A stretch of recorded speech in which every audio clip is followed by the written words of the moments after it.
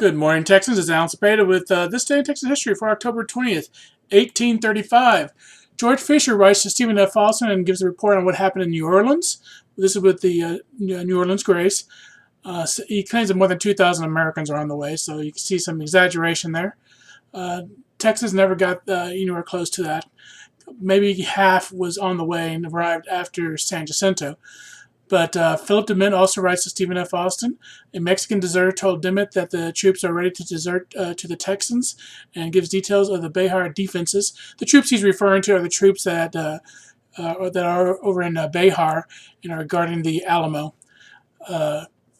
General Coswell had over 1,000 troops in the Battle for Béxar, and that's what he is referring to in this. J.W. Collins writes to Stephen F. Austin, sends him a letter of introduction for Robert C. Morris, a trained soldier. R.R. Royal writes to Stephen F. Austin. He gets updates on Nacogdoches, on men and supplies. L.R. Kinney writes to Stephen F. Austin, urging firmness and union and offering his services. A lot of people writing to Stephen F. Austin, so I bet you a lot of his time was spent answering letters, not just commanding the troops. Texas Army arrives at Salado Creek outside of Béxar and makes camp about 14 miles east of San Antonio. There's a disputed date here, but I'm going to go with a date that was reported by the Tejanos themselves in a letter marked January 12, 1875, and addressed to Stephen H. Darden, the state comptroller. 37 men from the ranches southwest of San Antonio, who had previously agreed to join Juan Seguin, met him on the Salado Creek, and they met with the Texan Army later.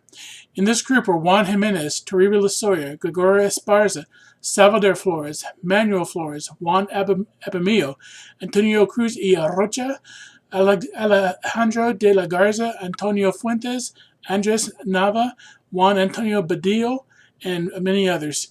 Several of them were former Mexican soldiers who had quit and joined the other side, including my great-great-grandfather, Juan Jimenez. His grandfather was actually the commander of the Mexican troops at the Alamo about 50 years before the Alamo battle happened.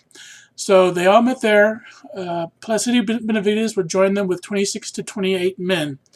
In 1866, when they wrote their final petitions for land grants, 16 of those men were still alive, and they considered themselves to be Seguin's men. They were all proud of that connection, including my grandfather, Juan Jimenez, who is Juan Seguin's cousin.